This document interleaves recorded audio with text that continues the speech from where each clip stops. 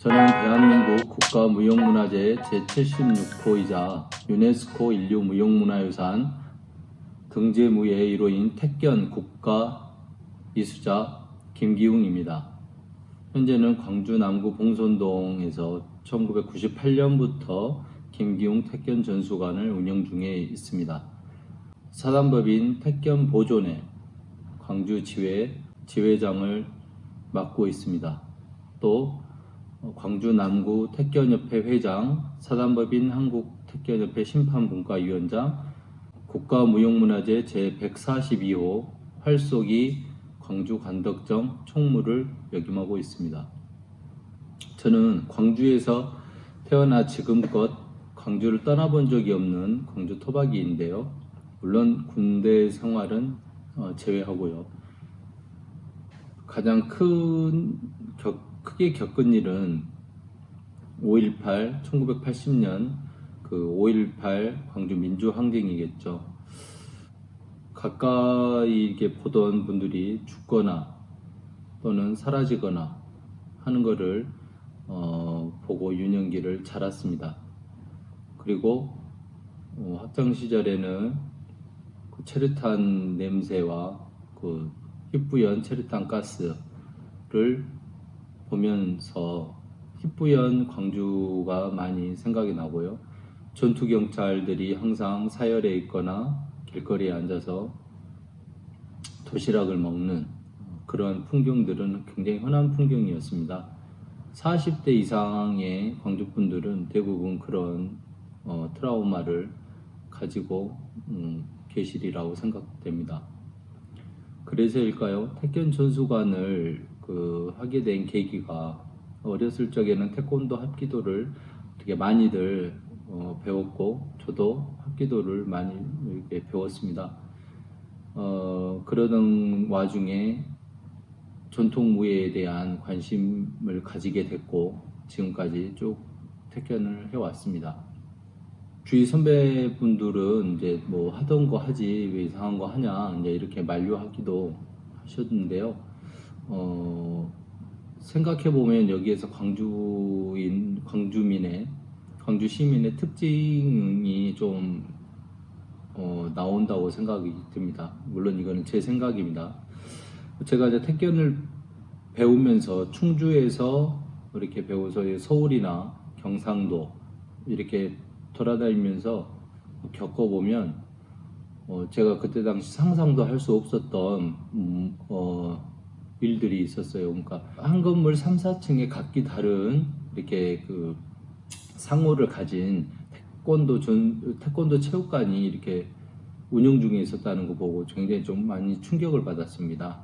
그때 당시에는 광주에서 이렇게 거리 제한이다 해가지고 태권도 체육관을 이렇게 가까이 열 수가 없었습니다. 그것이 이제 좋게는 뭐 이렇게 선후배 간의 위계나 또 이렇게 그 관장님들의 이렇게 보호 차원에서 이렇게 됐다고 생각이 들고 다르게 또 생각하면 굉장히 좀 폐쇄적이었다고 생각됩니다. 그런 그 광주가 그런 고립된 외부와 차단된 시절을 겪으면서 그 타지 사람들에 대한 이렇게 못 믿는 것이 자연스럽게 일어나지 않았나 그런 생각도 들고 그러면서 새로운 것을 받아들이는 게 좀 많이 더뎠을 거라고 생각이 들고요. 지금도 광주 전남은 경제적으로 굉장히 좀 소외된 지역이다 보니까 출세를 위해서는 공부에 매진하게 되고 그러다 보니까 학구열은 또 전국에서 으뜸이 되어버린 거잖아요. 지금은 광주의 택견 전수관이 4곳 정도 남아 있습니다. 10여 년 전만 하더라도 15곳 정도가 전수관이 운영 중이었습니다. 그거는 인구 비례에 비해서 굉장히 좀 광주에는 택견 전수관이 많은 거라고 생각이 들었었습니다. 근데 언제부턴가 그 주 5일제가 시작이 되면서 토요일 날 학교를 가지 않게 되고 또 체육관 갈 수 있는 시간이 줄어들면서 많이들 운동을 좀 많이 못하게 되었습니다.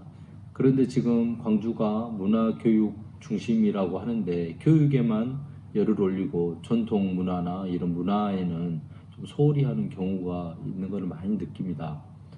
저는 요즘 코로나 시대를 맞아 굉장히 행동이 위축되고 있습니다. 다들 그렇겠지만요.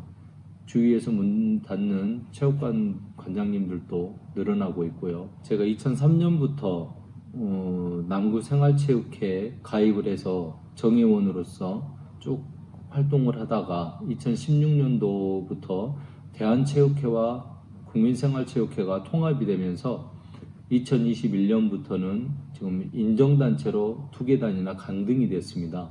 이유가 스포츠를 지향하는 단체와 이런 전통 문화, 고가 무형문화재 이 문화재를 지향하는 단체가 다르다는 이유로 스포츠에서 지금 배제되고 있는 것입니다.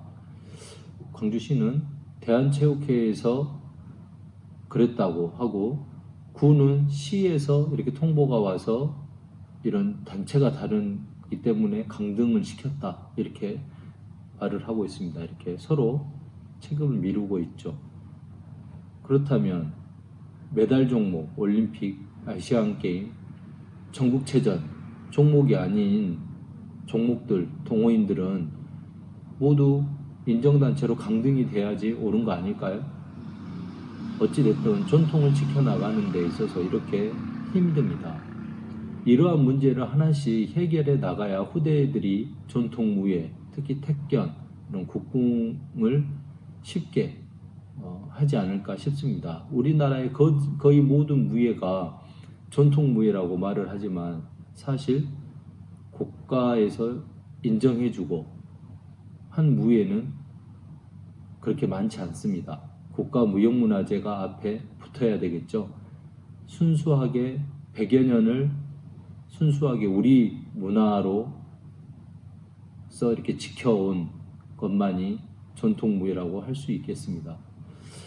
우리의 훌륭한 민족 정신과 전통무예 정신을 대대로 이어가려면 저는 역사를 바로 배워야 된다고 생각합니다. 택견인의 정신은 참이고 택견인이 나아가야 할 길이 있습니다. 그걸 한번 제가 읊어보겠습니다. 택견인의 길, 택견으로 조상의 얼을 이어 마음을 닫고 예를 지키고 견주며 몸을 길러 결의와 나라에 이바지한다. 역사를 바로 알고 우리 결의와 민족을 하나로 묶어주는 굉장히 큰 뜻을 품고 있는 것이죠. 앞으로 우리 아이들이 커나가면서 고등학교까지는 이런 전통 문화, 국가 무형문화재, 국가 유형문화재, 특히 국가 무형문화재를 배울 수 있는 시간을 많이 줬으면 합니다. 가까운 일본은 고등학교 때까지 자기 나라 무예를 하나씩 꼭 배우게 하고 있습니다. 우리라고 못할 것이 없죠. 구한말 역사학자이신 단재 신채호 선생님께서는 역사를 잊은 민족에게 미래란 없다고 말씀하셨습니다.